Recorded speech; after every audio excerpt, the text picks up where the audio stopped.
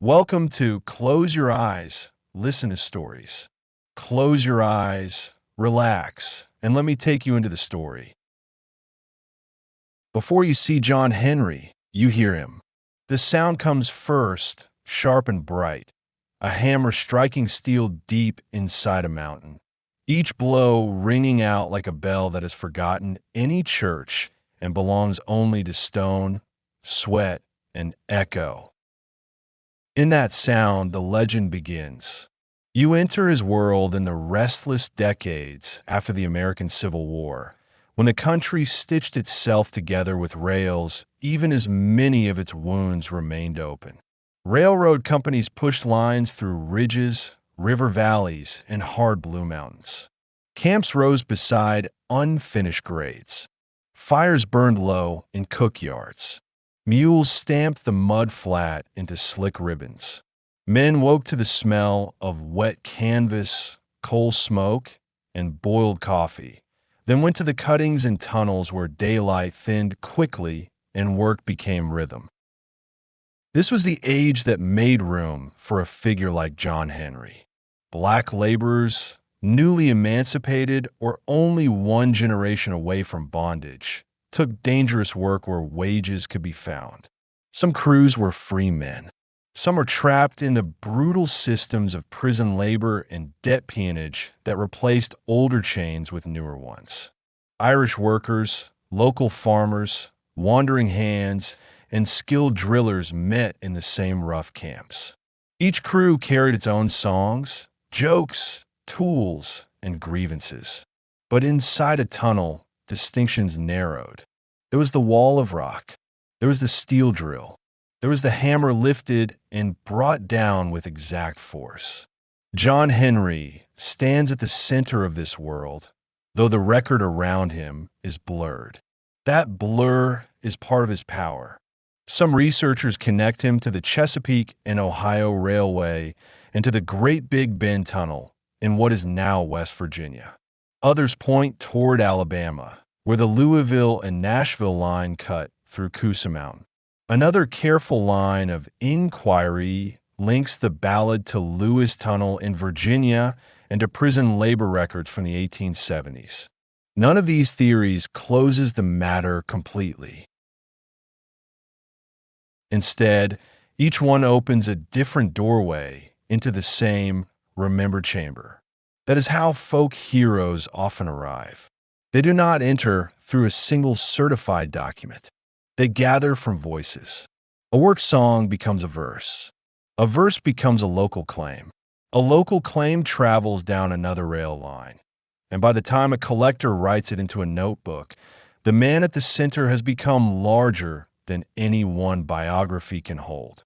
John Henry may have been a real steel driver whose death stunned his crew. He may also be an accumulation of several men, their strength joined together by singing memory. In either case, the ballad gives him a body and a heartbeat.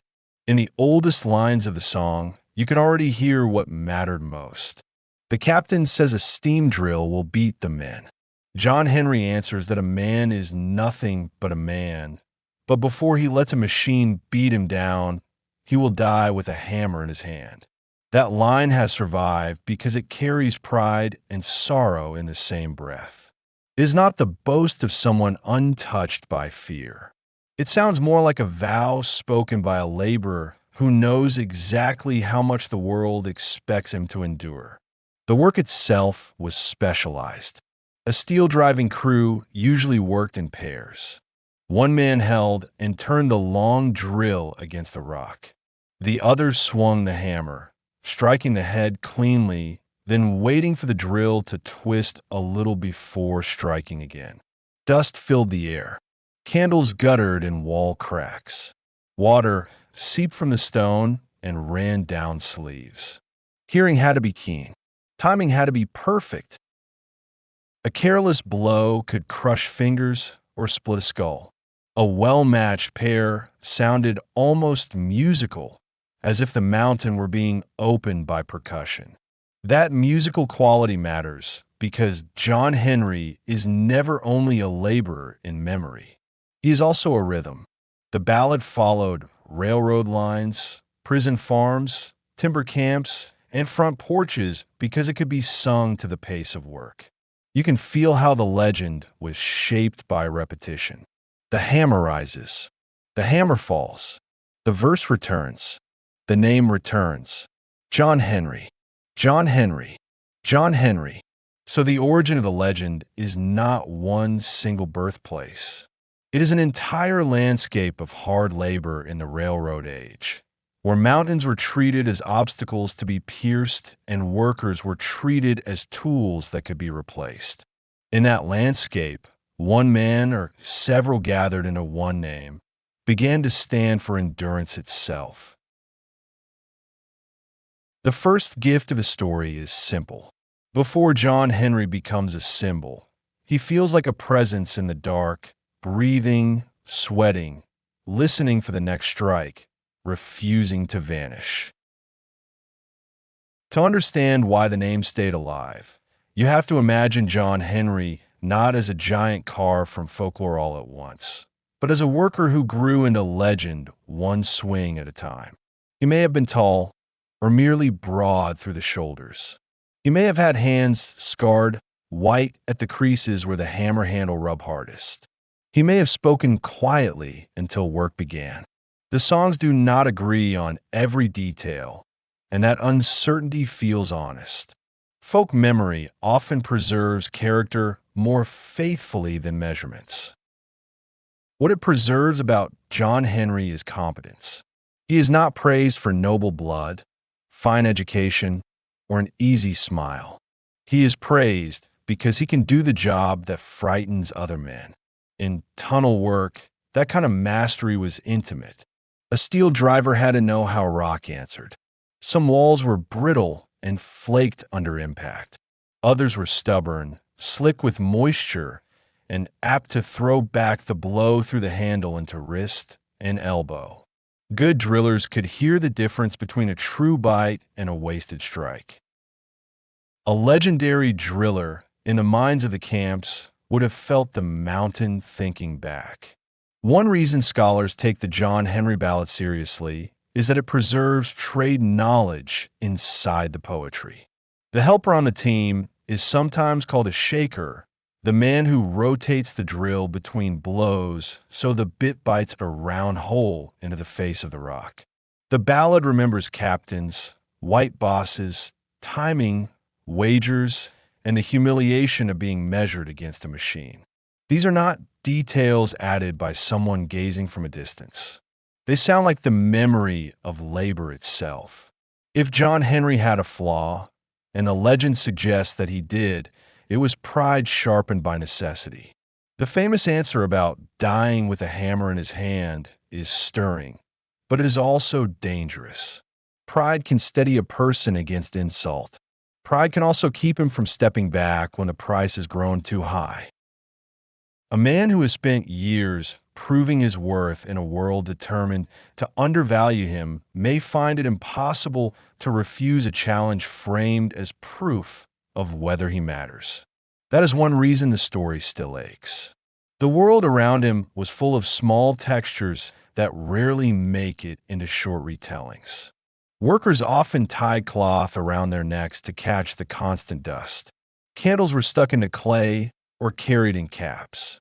Shirts stiffened with dried sweat and powdered stone. At meal breaks, there might be salt pork, beans, cornbread, or whatever the camp cook could stretch.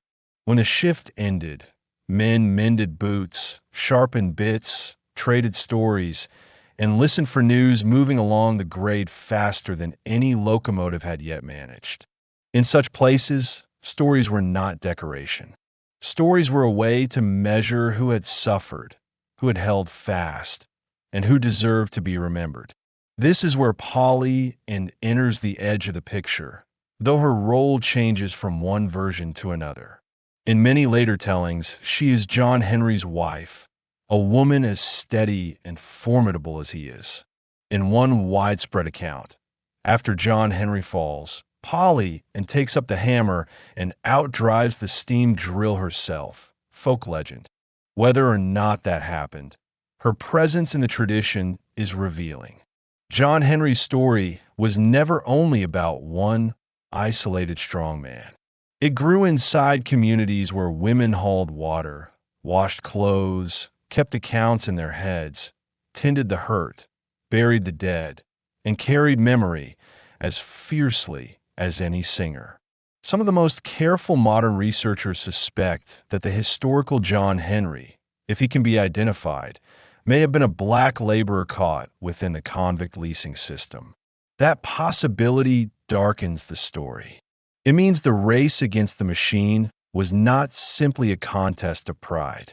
It may also have unfolded in a world where freedom and coercion mixed uneasily, where a man's labor could still be extracted under threat while the nation congratulated itself on progress. The ballad does not lecture about this. It does something quieter and perhaps stronger. It lets the workers speak. So the man the ballad tried to hold is neither a saint nor a simple symbol. He is powerful, yes, but also vulnerable to exhaustion. He is admired, yet still answerable to a captain. He may laugh in camp, sing with the crew, and still carry a loneliness that cannot be shared. You can imagine him standing at the mouth of a tunnel, rolling his shoulders before going in, not because he wants glory, but because the day's labor is waiting and his body is the only instrument he fully owns. That is how legend becomes intimate. It comes close enough for you to notice the breath before the blow. Once John Henry entered song, he refused to stay in one place. The rails spread, and the legend spread with them. In one valley, he belonged to West Virginia. In another, he belonged to Alabama. In another, he drifted east toward Virginia, where tunnel records, penitentiary lists, and oral tradition brush against one another without locking neatly into place. This wandering does not weaken the story. It shows how badly people wanted to claim him, and how naturally a powerful ballad travels wherever labor sounds familiar. Picture the camps that carried the song onward. Some sit beside river bends where fog loosens slowly from the water. Some cling to clay hills cut by wagon roads and mule paths. Some gather near furnaces, depots, or temporary sidings stacked with rail, ties, powder kegs, and spare steel. In each camp, the tools are ordinary, but the work is severe. Men carry drill bits over one shoulder. Hammers lie in rows like sleeping animals. Foremen talk in figures of speed and cost. Workers talk in measures of weather, luck, pain, and the hardness of the next section of rock. In such places, the legend began to collect feats beyond the single famous race. Some verses make John Henry stronger than two men, then stronger than four. Some singers say his hammer could strike so true that sparks leaped in a clean fan around him. Others claim he could smell weak stone before the first drill touched it. Folk legend. There are stories of him driving steel from dawn until lamps were lit, then standing from the broken rock as if the mountain had merely sharpened his appetite. These embellishments are not mistakes. They are signs of admiration. A hard job invites the imagination to exaggerate the one person who seemed built to bear it. There's also a practical reason the song kept changing. Work songs live by rhythm more than fixed wording. A singer might lengthen a line to match a stretch of swinging. Another might shorten it for a faster crew. A local name could slide into the verse. A tunnel, river, or captain familiar to one camp might replace the older one. That is why John Henry remains solid, even while his surroundings shift. The name, the hammer, the challenge, and the fatal cost stay in place. Everything else can turn a little like the drill between blows. Some of the most moving versions do not focus on spectacle at all. They linger on the body at work, the arm lifting, the feet planted in damp ground, the chest laboring in dust-thick air. The iron sound moving ahead of the man like a declaration. In those versions, John Henry is not merely performing strength. He is translating human effort into music. You could almost believe the ballad grew directly out of the tunnel wall, each verse loosened by impact. A lesser-known detail adds texture here.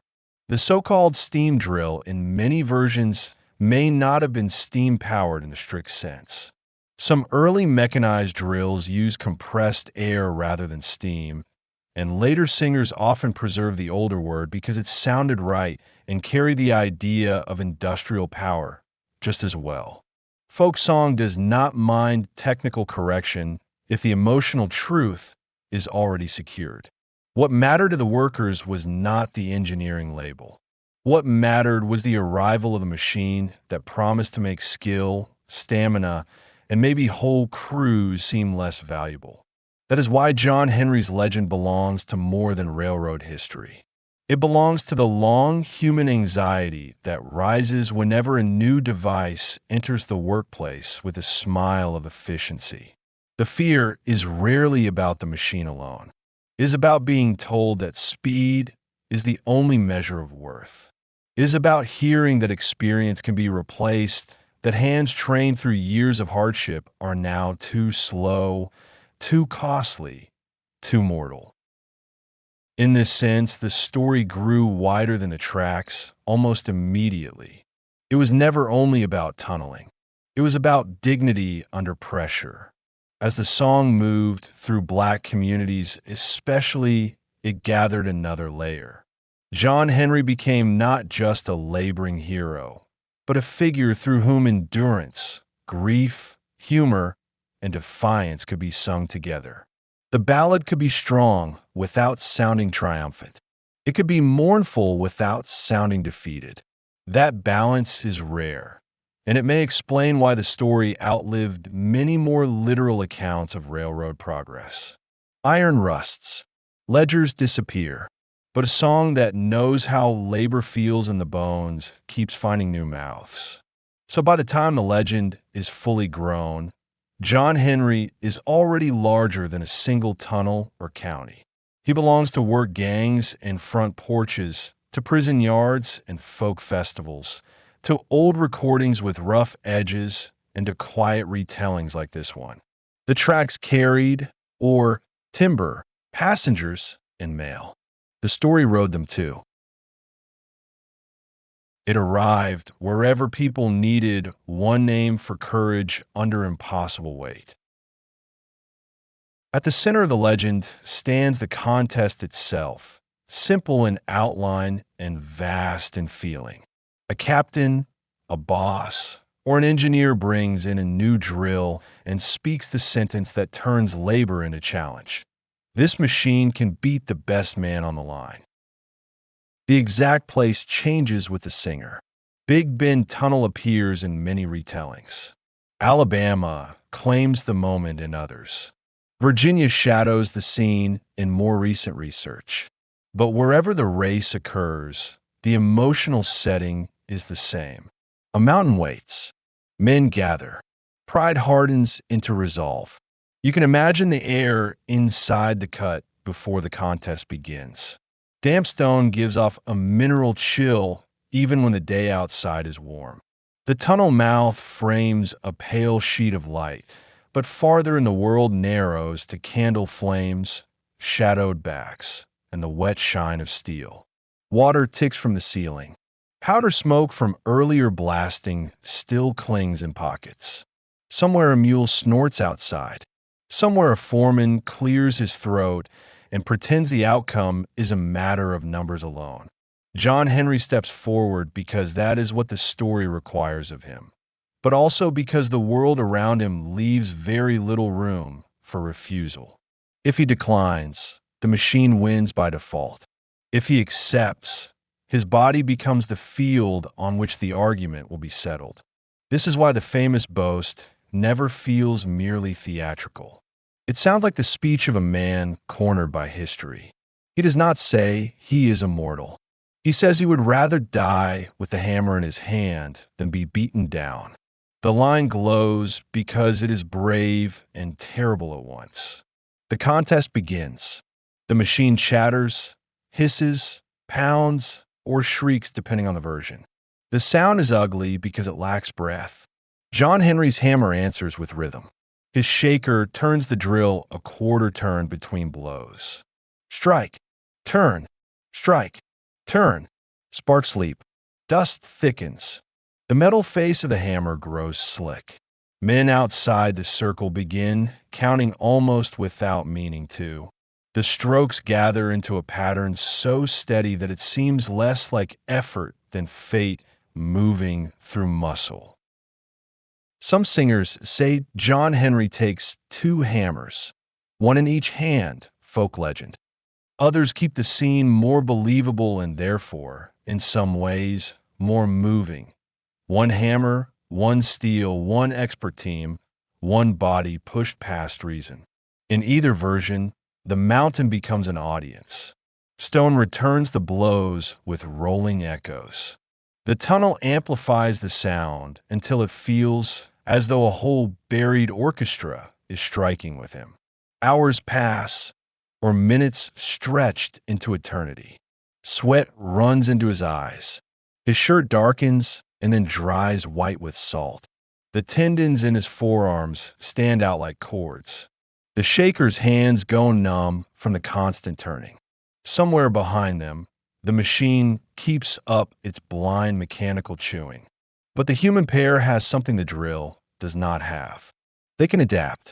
They can feel resistance change.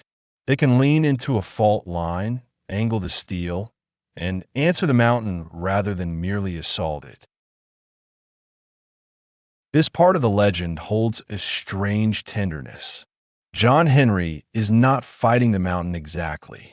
He is in conversation with it. Each blow says, "Open here." Each adjustment says, "Not there, here."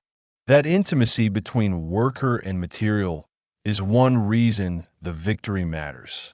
The machine may be powerful, but it does not know the stone. It only presses forward. John Henry, in the imagination of the ballad, still knows how to listen. At last the count is taken.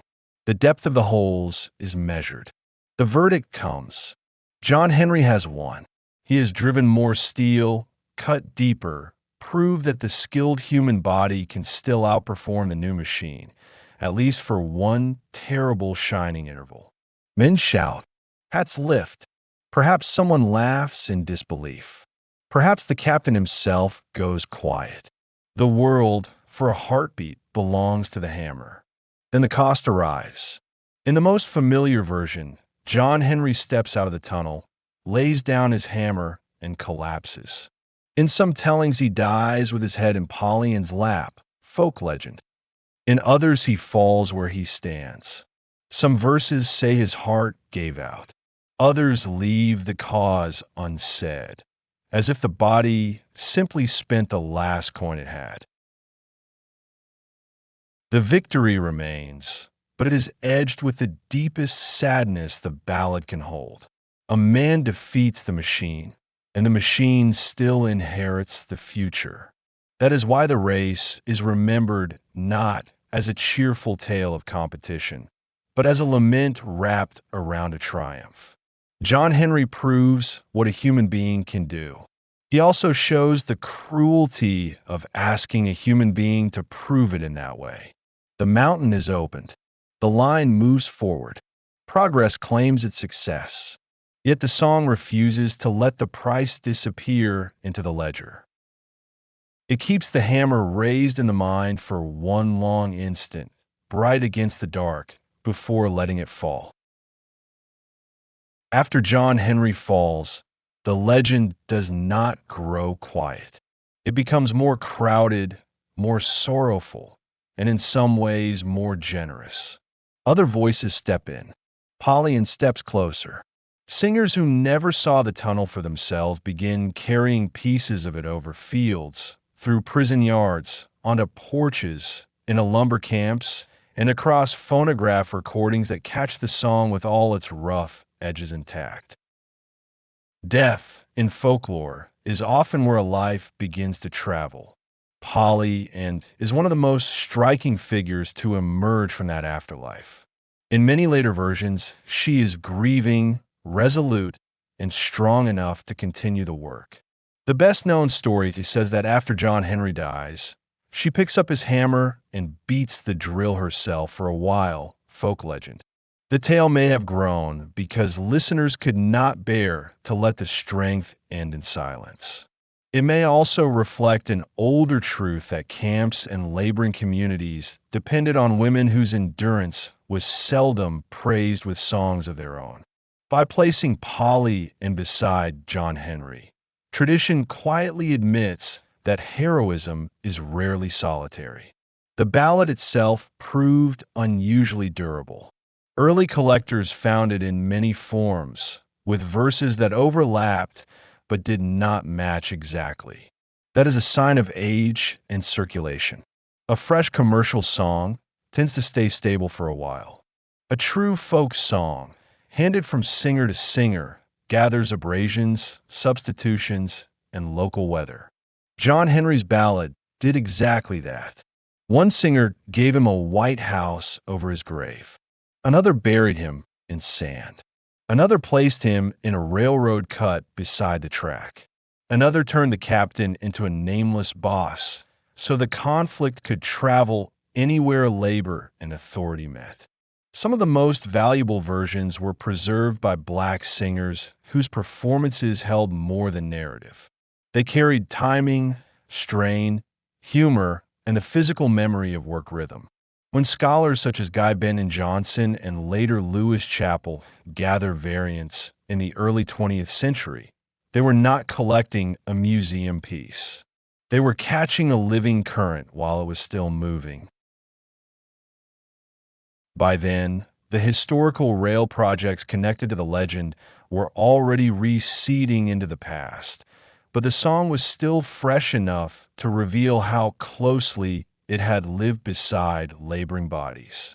A lesser-known tension runs through these collected versions. The more scholars looked for the one true John Henry, the more they discovered how stubbornly the song resisted narrowing. That resistance can be frustrating if you want a single document, a birth record, a grave marker, a final proof. It also tells you something beautiful. The community that kept the ballad alive was less interested in bureaucratic closure than in moral memory. John Henry mattered because he stood for a kind of courage that formal history often failed to honor adequately. There's sorrow in that. The United States celebrated the railroads as triumphs of engineering and expansion, but the songs remembered the laboring dead. They remembered the men who inhaled stone dust, lost fingers, strained hearts, and vanished from payroll sheets without ceremony. In that broader company, John Henry becomes a representative soul. His name gathers anonymous grief and gives it shape. The song does for workers what monuments often did for generals. It says, this person, this effort, this cost must not be erased. Even the argument over where he belonged helped keep him alive. West Virginia heard him in the long tunnel by the New River. Alabama heard him in the drilling camps that fed the furnace and rail boom. Virginia entered later with records that suggested a man called John Henry may have labored in Lewis Tunnel under convict lease conditions. Each claim is partly historical, partly affectionate. People wanted him near because folk heroes changed the emotional map of a place. A mountain with John Henry in it is no longer just geology. It becomes memory made audible. As the decades passed, the ballad moved into recordings, books, classrooms, children's retellings, labor speeches, and festival stages. Some versions softened the tragedy. Some sharpened the protest. Some treated him almost like a giant from a tall tale. Others restored the fatigue and danger. Yet the core image remained startlingly consistent. A black steel driver in the railroad age, confronting a machine and winning at a cost too high to call victory simple. Few legends survive so many retellings without losing their pulse. So the long afterlife of John Henry belongs not only to the man, if one man there was, but to the singers who refused to let hard labor sink beneath the noise of progress. They kept striking the name like steel. John Henry, John Henry. With every repetition, the story stepped a little farther from the tunnel and a little deeper into cultural memory. That is how a worker became an echo that still answers when called. Why does John Henry endure when so many stronger records have faded? Part of the answer lies in the shape of the story itself. It is simple enough to remember, vivid enough to picture, and sorrowful enough to matter. A man faces a machine. He wins. He dies. But that outline would not have lasted on its own. Many dramatic tales vanish. John Henry remains because the legend keeps touching nerves that never fully go numb. It speaks first to dignity. In a ballad, John Henry does not ask to be treated as a marvel. He asks, in effect, for the worth of human skill and effort to be acknowledged before they are discarded. That plea belongs to the railroad age, but also belongs to any era in which people fear becoming invisible inside a system built for efficiency. The story does not reject invention. Rails still get laid. Tunnels still open. Machines still arrive. What it rejects is the cold assumption that progress excuses indifference. It also endures because it carries the memory of black labor at a time when that labor built modern America without receiving equal honor in return.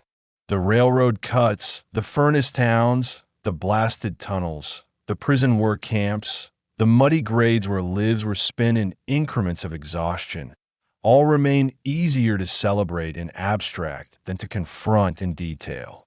John Henry forces the detail back in. He gives sweat a face and pride a voice. Even if his exact biography cannot be pinned to a single page, the world that made him is painfully real. There's another reason, quieter and almost tender. The legend is full of noise, yet what lasts is not only the clanging hammer. It is the human measure inside the noise. You remember the breathing between strikes. You remember the line about a man being nothing but a man. You remember the collapse after the victory, the moment when triumph turns fragile and mortal. Those are the details that keep the story from hardening into a mere slogan. They leave it warm enough to grieve. If you stand back from the tale, the mountain itself begins to seem important. Mountains are patient. They hold tracks, cuts, tunnels, forgotten camps, and the weathered remains of work long after the payroll books have closed. They also hold echoes. That may be the gentlest way to think about John Henry now, not as a giant forever frozen at the peak of effort, but as an echo moving through American memory, returning whenever people ask what labor is worth, what pride can sustain, and what cost should never be hidden inside a success story. Folk heroes survive because they offer companionship across time. John Henry does that especially well. He is strong, but not untouched by pain. Defiant, but not invulnerable. Famous, yet still strangely close. You can imagine the weight of the hammer handle in his hand, the chalky dust on his sleeves, the weariness in his chest after the work is done. That closeness invites compassion rather than awe alone. You do not just admire him. You keep him company for a while. The ending of a bedtime story should leave you somewhere softer than the middle, and John Henry's legend, for all its iron and strain, allows that softness. After the shouts fade and the tunnel settles, the mountain returns to its old stillness. Water threads down the rock face. The last candle lowers into smoke. Tools are stacked. Boots move away over cinders and dirt. Somewhere beyond the cut, A train will eventually pass through the opening that costs so much to make. But the song lingers longer than the engine noise. It lingers because songs know how to carry the weight that records cannot. They can hold uncertainty without losing conviction. They can admit that facts are incomplete and still tell a deeper truth. John Henry may never stand before you with the full certainty of a courthouse ledger, yet his presence remains unmistakable in the ballad, in the tunnels claimed for him, and in the long affection of the people who kept singing. So when you leave his story, you do not have to leave with the clang of contest in your ears. You can leave with the slower rhythm underneath it, the steady rise and fall of effort, the dignity of practiced hands, the refusal to disappear unnamed.